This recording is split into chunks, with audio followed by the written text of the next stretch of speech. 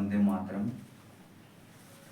As we discussed in Human Anatomy Part 1 about our organs, like formation of organs, the tissue, cell and organs. आज इस class में हम पढ़ेंगे part 2 में क्या पढ़ते हैं ह्यूमन एनाटॉमी के मानव शरीर के जो एनाटॉमी है जो शारीरिक यानी कि स्ट्रक्चरल ऑर्गेनाइजेशन है उसके बारे में जानते हैं। हमने पढ़ लिया था टिश्यू सेल्स का टिश्यू तक सफर और बहुत सारे टिश्यू मिलके क्या बनाते हैं एक ऑर्गेनिक अंग का रूप बनाते हैं। कुछ पॉइंट बेसिकली हम देखते हैं ब्रीफली। तो क्या है the human body is a precisely structured container of chemical reaction. मानव शरीर बहुत सारी केमिकल रिएक्शन से मिलकर एक स्ट्रक्चर बनाता है। Have you ever thought of your body self way what enables to our study ourselves no other animals do, so as far as we can also know the accumulated great deal with the knowledge about the human body। बताया गया है कि जैसे मानव शारीरिक तंत्र होता है जो मानव शारीरिक होती है ह्यूमन एनाटॉमी, ऐसे ही जीव जंतु की चराचर पे पशुओं की भी होती है। सेम फॉर्मेशन होती है कि भाई बहुत सारे सेल्स मिलके टिश्यू बनाते हैं और बहुत सारे टिश्यू एकत्र होकर एक अंग का रूप देते हैं। अब ह्यूमन एनाटॉमी में हमने सेल्स तक कवर कर लिया था। आज हम क्लास में किस पे फोकस करते हैं एनाटॉमी एंड फिजियोलॉजी। अब फिजियोलॉजी एक वर्ड आता है ग्रीक वर्ड और एक एनाटॉमी भी ग्रीक वर्ड है, उसके बारे में जानते हैं क्या है। Anatomy is the study of body structure which include size shape and composition and perhaps even कोलरेशन।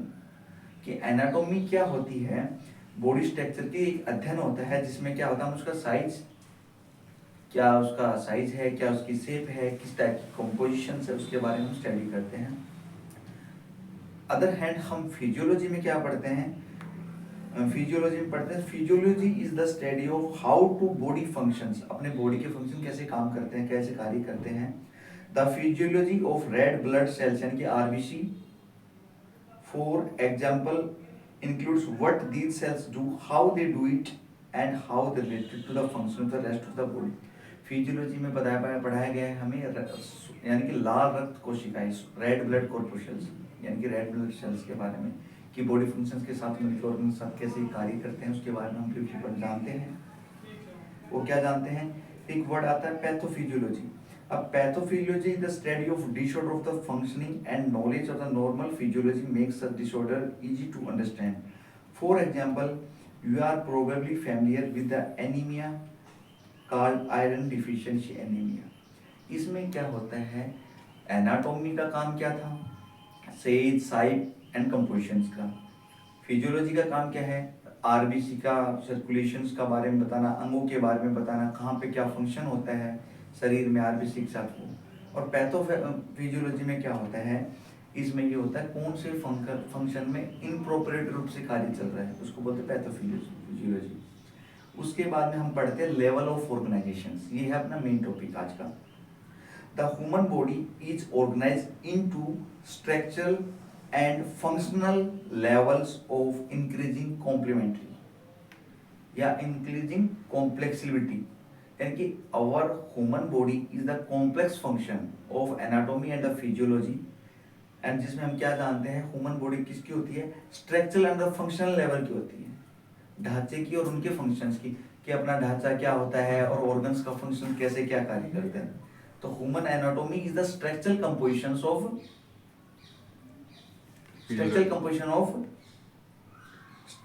Functional of both anatomy and physiology. Next word आता है we will begin with the simplest level which is called chemical level. जो इसमें सबसे simplest level होता है उसको बोलते हैं chemical level and proceeds to cells tissue organs and the organ system. कैसे जाता है पहले फंक्शनिंग कैसे होती है, पहले किस में फंक्शनिंग होती है केमिकल लेवल की सेल्स की टिश्यू की ऑर्गन्स की फिर किसकी होती है ऑर्गेनिज्म की ऑर्गन सिस्टम की। All of the organ system are given by a word chemical. अब ये जानते हैं केमिकल्स क्या होते हैं, यहाँ पे एक वर्णन क्या है केमिकल्स का फंक्शनिंग यूनिट ऑफ केमिकल्स। तो केमिकल्स क्या होता है chemicals that make up the body may be divided into two major categories. Chemicals को अपना मानव शरीर दो कैटेगरी में डालता है, एक इनऑर्गेनिक और एक ऑर्गेनिक केमिकल्स के नाम से दो में डिवाइड हो गए। Chemicals are usually simple molecules of one or two elements other than carbon with few expressions.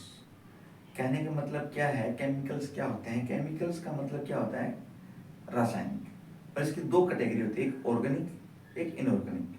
अब इन दोनों में हम क्या जानते हैं, जो इनऑर्गेनिक होते हैं ना वो सिंपल मॉलिक्यूल्स होते हैं, जो किसके बनते हैं, दो या दो से ज्यादा कार्बन एटम्स के बन के बनते हैं, ठीक है। दो या दो से ज्यादा एलिमेंट्स होते हैं ना, वो किसके रेदर देन होते हैं, कार्बन एटम्स की बात, यानी कि कार्बन एटम्स की बात करते हैं तो क्या आ जाता है उसमें, कार्बन डाइऑक्साइड का भी जिक्र आ जाता है। आगे क्या, उदाहरण के तौर पे example of inorganic chemicals are H2O oxygen, one of the exceptions carbon dioxide and the minerals such as iron, यानी कि आयरन का डिनोशन क्या था, Fe। हमने केमिस्ट्री में पढ़ा होगा, आयरन का डिनोशन देते हैं Fe के नाम से। अच्छा, कैल्शियम, सोडियम, ये अभी तक मैंने बताई, जैसे कि water, oxygen, carbon dioxide, iron, sodium, calcium, ये सब आते हैं इनऑर्गेनिक में। और ऑर्गेनिक केमिकल्स क्या होते हैं? ऑर्गेनिक केमिकल्स, देखो इनऑर्गेनिक केमिकल्स क्या थे, जो दो या दो से ज्यादा एलिमेंट्स के साथ बनके कार्बन के बॉन्ड बना के फिर बन रहे हैं। और रेदर देन बात करते हैं ऑर्गेनिक की, तो organic chemicals are those chemicals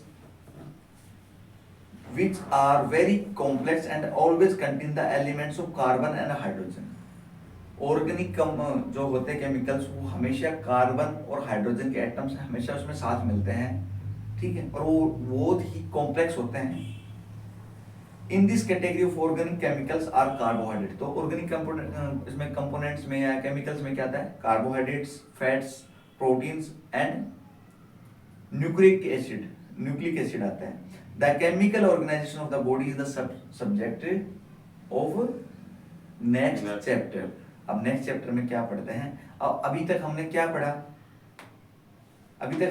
था केमिकल्स के बारे में। Chemicals are mainly of two types. पहला टाइप क्या था, ऑर्गेनिक, दूसरा इनऑर्गेनिक। इनऑर्गेनिक में क्या आया था, सोडियम आ गया था, कैल्शियम आ गया था अपना, और उसके बाद कार्बन डाइऑक्साइड आ गया, H2 आ गया और ऑक्सीजन आ गया। फिर हमने पढ़ा कॉम्प्लेक्स होते हैं, वो क्या होते हैं, ऑर्गेनिक। ऑर्गेनिक में हमने क्या बारे में जाना, कार्बोहाइड्रेट होते हैं ये कॉम्प्लेक्स यानी कि मिश्रित, इसमें बॉन्ड है, मिश्रित बॉन्ड, किसका बॉन्ड, कार्बन का और हाइड्रोजन का, ठीक है। अब कॉम्प्लेक्स क्या होते हैं, कार्बोहाइड्रेट। तो carbohydrate is not a single nutrient, carbohydrate is a complex, ठीक है। फिर बात आती है फैट्स की, फैट्स भी हमेशा कॉम्प्लेक्स फॉर्म में मिलती है। फिर प्रोटीन्स की एंड न्यूक्लिक एसिड, ये हो गया। अब हम पढ़ते हैं सबसे पहले सेल्स। सेल्स क्या होती है, कोशिकाएं क्या होती है। The smallest living unit of structure and function are the cells. अपनी सबसे छोटी यूनिट होती है वो होती है सेल्स, और किसके लिए काम करती है, फंक्शन किसका काम करती है, सेल्स के रूप में जानी जाती है। कौन, सबसे छोटी यूनिट। द स्मॉलेस्ट स्ट्रक्चरल यूनिट होते हैं, तो cells are the structural unit, लेकिन कौन सी होती है, smallest. The smallest structural unit of the smallest unit which functioning and made up of sales.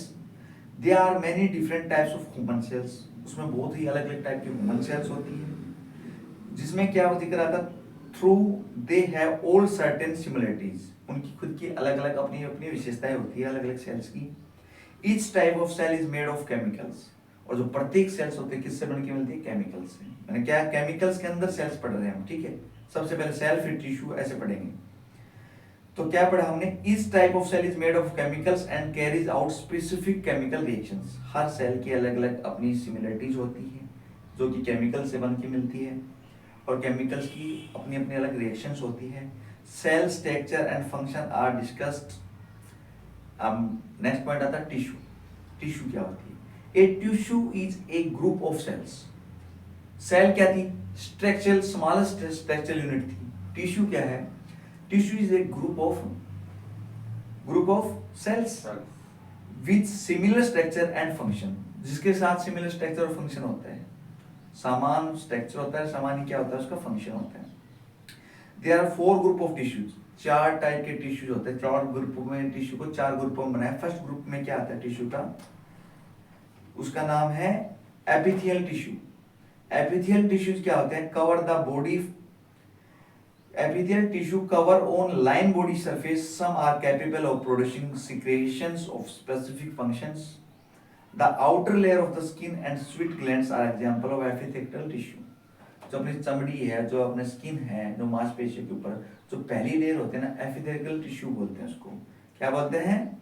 Epithelial tissue. Epithelial tissue में क्या होता है, जब उस टिश्यू के स्किन के उस भाग पे जहाँ पे हम स्वेटिंग मिलते हैं, वो पसीने आते हैं, ठीक है।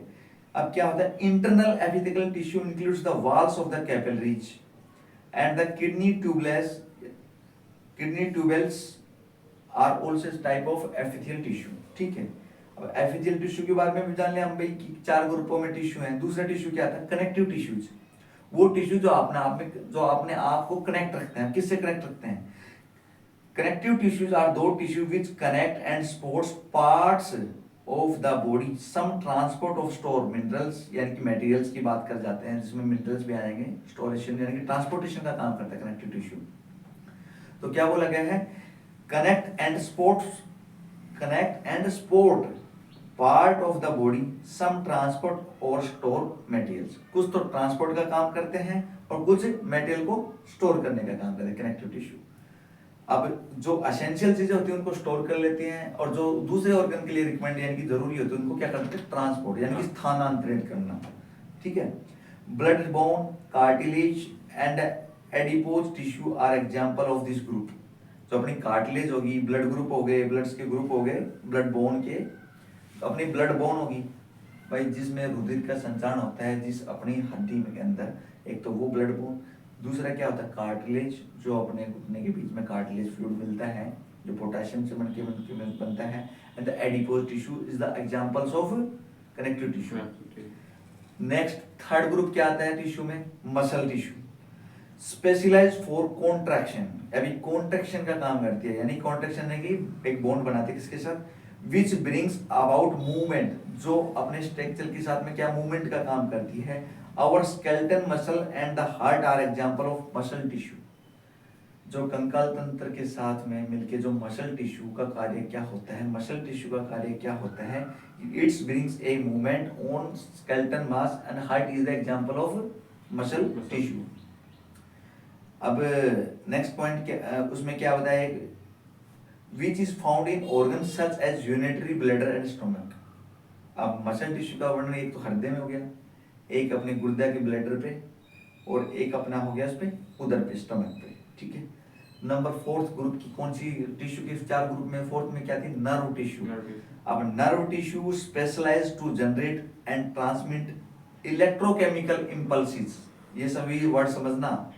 Nerve tissue generate and transmit क्या करती है, electrochemical impulses that regulate our body functions. The brain and optic nerve are example of nerve tissue. अब ये टिश्यू कैसी क्या काम क्या होता है, ये इलेक्ट्रोकेमिकल इंपल्सेस करती है, किसका, ट्रांसमिट करने के लिए क्या, और जनरेट करती है, जनरेट भी करती है टिश्यू, ट्रांसपोर्ट भी करती है, क्या करती है, इलेक्ट्रोकेमिकल इंपल्सेस, जो कि क्या काम करता है, रेगुलेशन यानी कि बॉडी में ब्लड का रेगुलेशन कराने के लिए फंक्शंस के साथ में काम करती है। कौन कौन से फंक्शन में, जैसे ब्रेन के साथ काम करती है, ऑप्टिक नर्व यानी कि आंख के एक भाग होता है ऑप्टिक नर्व, उसके साथ भी कौन सी, अगर हम बोल सकते हैं ऑप्टिक नर्व में कौन सी टिश्यू कनेक्टेड है, नर्व टिश्यू। अब सेल्स पढ़ लिया, टिश्यू पढ़ लिया, थर्ड टॉपिक क्या आता है अपना, ऑर्गन्स का। ऑर्गन्स में क्या आता है, एक organ is a group of tissue. Organ क्या होता है, ग्रुप ऑफ टिश्यू। देखो दोबारा कवर कराता हूं, सेल इज द क्या होता है, smallest structure, and tissue is the group of cells। अब organ is the group of tissues। group of tissues arranged accomplish specific functions, जो कि अरेंज होता है स्पेसिफिक फंक्शन करने के लिए। फॉर एग्जांपल अब ऑर्गन्स में क्या क्या आते हैं, example of organs are kidney हो गया, इंडिविजुअल बोन्स हो गया, द लीवर, लंग्स, स्टोमक, ये बहुत सारी चीजें कितना है, ग्रुप ऑफ किसमें क्या काम करता है, ऑर्गन्स में। The kidney contains several kind of epithelial tissue on surface tissue. For the work of absorption, the stomach is linked with epithelial tissue that secretes gastric juice for digestion। अब देखो उधर में भी, ये किडनी में भी बहुत सारे एपिथेलियल टिश्यू होते हैं, जो टिश्यू बताया, ग्रुप ऑफ टिश्यू पढ़ रहे हैं हम ऑर्गेनिज्म में, तो the group of epithelial tissue makes a kidney bladder, जिसका काम क्या होता है, किडनी का काम क्या होता है, फिल्ट्रेशन का। नंबर 2 पढ़ा सरफेस टिश्यू, सरफेस टिश्यू बल्कि मिला, जो किडनी की अपर सरफेस पे जो टिश्यू बन के मिलता है उसको बोलते हैं सरफेस टिश्यू। हमने उसके बाद में क्या पढ़ा, डाइजेशन में भी क्या करना, गैस्ट्रिक जूस रिलीज कराने के लिए किसका योगदान होता है, एपिथेलियल टिश्यू का।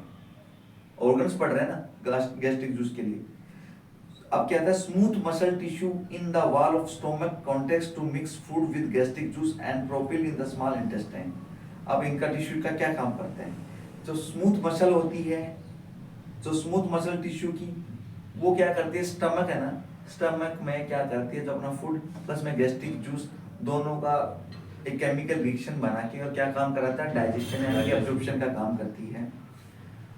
ओके नेक्स्ट पॉइंट क्या, और जो कहाँ पे स्टोर होता है, जाके सीधा कहाँ पे जाता है, स्मॉल इंटेस्टाइन। ठीक है next point, nerve tissue carries impulses that increase or decrease the contraction of the stomach.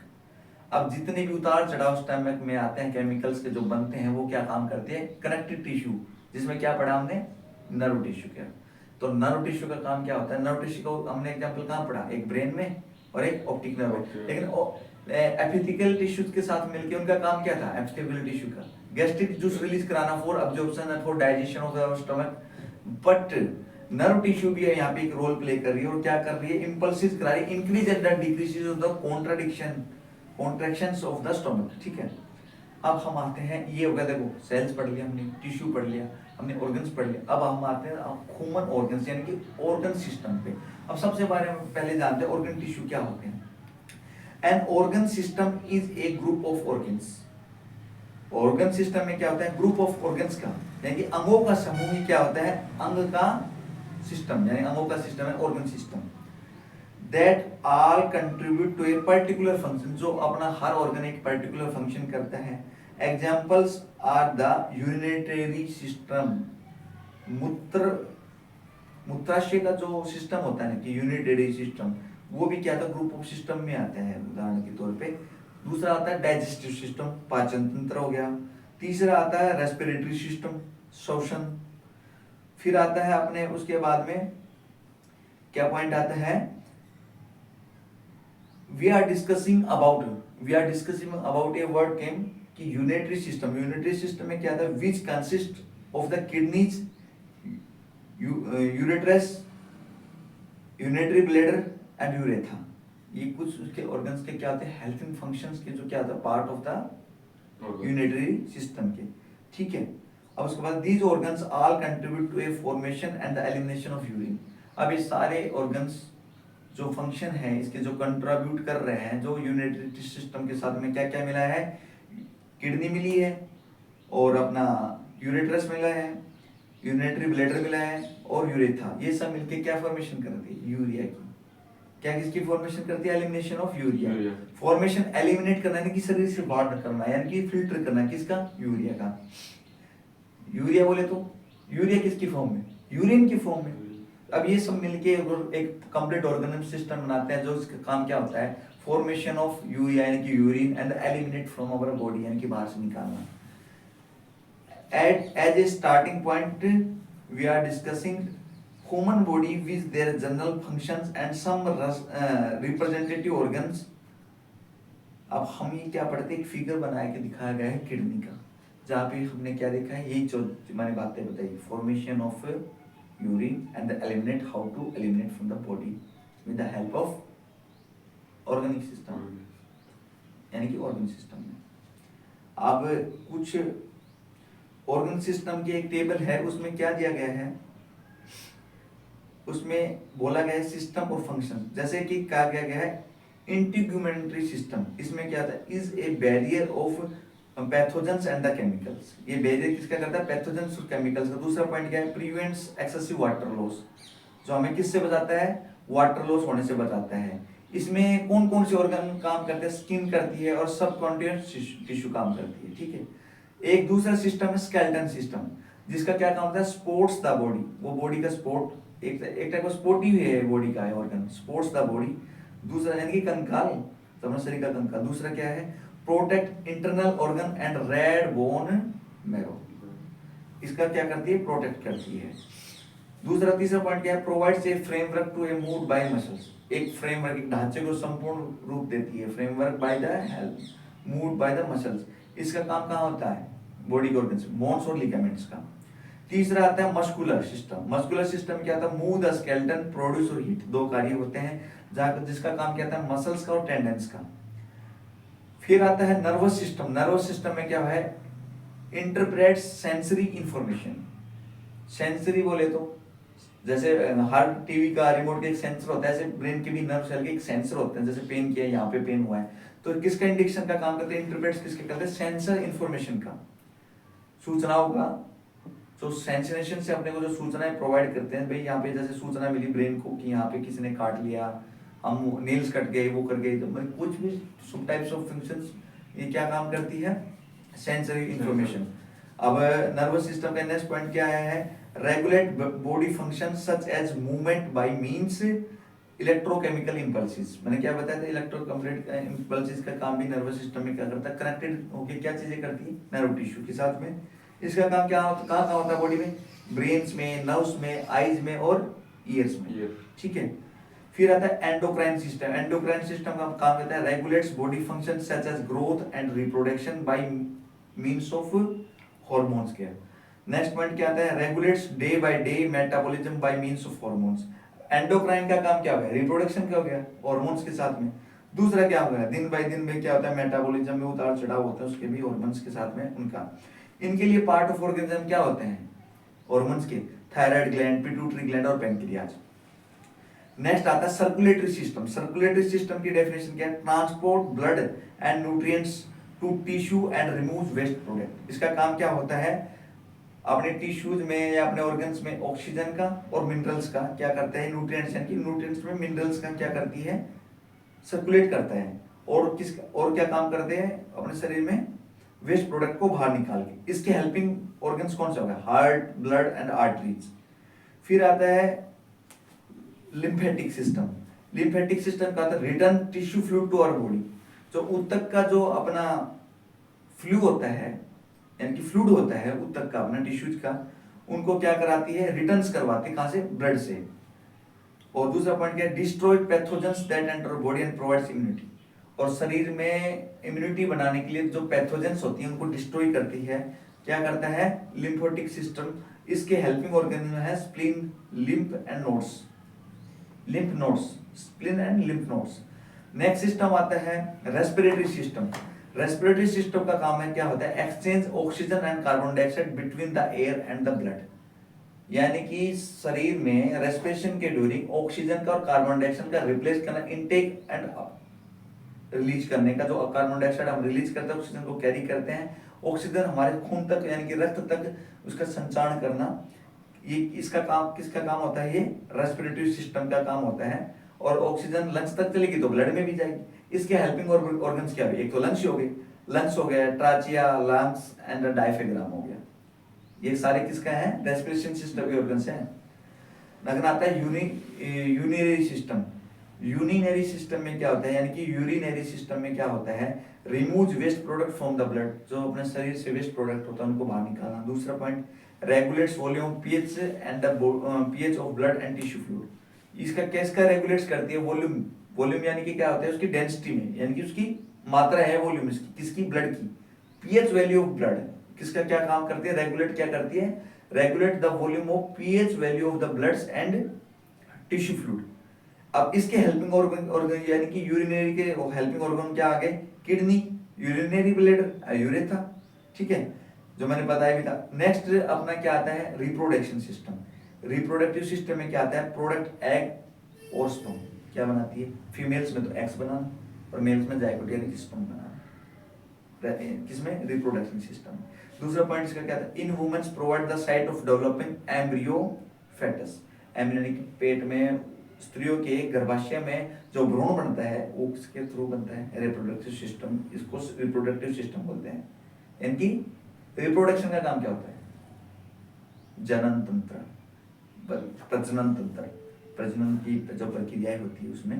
तो इसके हेल्पिंग ऑर्गन्स क्या आते हैं, इसके हेल्पिंग और फीमेल्स क्या होती है, ओवरीज और यूट्रस। और मेल्स में क्या होते हैं, टेस्टिस और प्रोस्टेट ग्लैंड्स। ठीक है। As we discussed about tissue, muscles, cells, organ, organic system and the type of tissue, all clear। अगला पॉइंट क्या आता है इसमें, all the organ systems, some organs are part of two organ system, the pancreas two organ system का part होता है, for example is both a digestive and endocrine organs, and the diaphragm is the part of the muscular and the respiratory system। All of the organ system makes the individual person the balance of text discuss each system is more detail। अब हमने क्या पढ़ा, पहले हमने पढ़ा skeleton के बारे में, स्केलेटन के बाद में हम क्या पढ़े, कंकाल में क्या पढ़ा, एनाटॉमी का, ठीक है, पहले पार्ट में। फिर हम आगे की निर्माण कैसे होता है, मांसपेशियों तक का सफर कैसे करते हैं, जीव के अंगों का सफर कैसे होता है, क्या बताया, the structural smallest structural unit होती है सेल्स। टिश्यू क्या होती है, the group of cells. Tissue के बाद में क्या है, organ, the group of organ, the group of tissue चीजें हो गया organ, the group of organs क्या हो गया, ऑर्गन सिस्टम। अब ऑर्गन सिस्टम में क्या पढ़ा, ग्लैंड्स पढ़े हमने ऑर्गेनिक सिस्टम के, जैसे respiratory system, digestive system, endocrine system, ठीक है, इस सिस्टम पढ़े। उनके उनके प्रोवाइड उनके फायदे क्या होते हैं, क्या उनके वर्किंग स्टाइल, वर्किंग कैपेबिलिटीज की बात कर लिया उनकी, उनकी क्या, उसके बाद में क्या उनके हेल्पिंग ऑर्गन्स के बारे में पढ़ लिया। अब हमने मानव शरीर के अंगों को विकसित करना था, कि हाथ का सफर पूरा पढ़ लिया है। कल की क्लास में पार्ट 3 में हम पढ़ते हैं अबाउट मेटाबॉलिज्म, मेटाबॉलिज्म का क्या रोल होता है इनके साथ में। फिर धीरे धीरे करके एक एक बॉडी पार्ट के बारे में, एक एक ऑर्गन के बारे में हम जानेंगे। For your kind information I want tell you कि अपने शरीर में 79 अभी तक 79 ऑर्गन्स का डिस्कशन हो चुका है, उस पर शोध हो चुका है, लेकिन जिसमें से 72 ही ऑर्गन्स की स्टडी करते हैं, क्योंकि कुछ ऑर्गन्स अपने शरीर के ऑर्गन्स की प्रणाली को चलाने के लिए अपना योगदान दे देते हैं। तो मेनली 72 ऑर्गन्स होते हैं, जिसमें 5 ऑर्गन्स का मुख्य काम होता है जीवित रहने के लिए। वो होता है ब्रेन का, हार्ट का, रेस्पिरेटरी यानी कि अपने लंग्स का, किडनी का एंड द लिवर। ठीक है, नमस्कार, वंदे मातरम। बाकी हम कल तीसरी क्लास में पढ़ते हैं।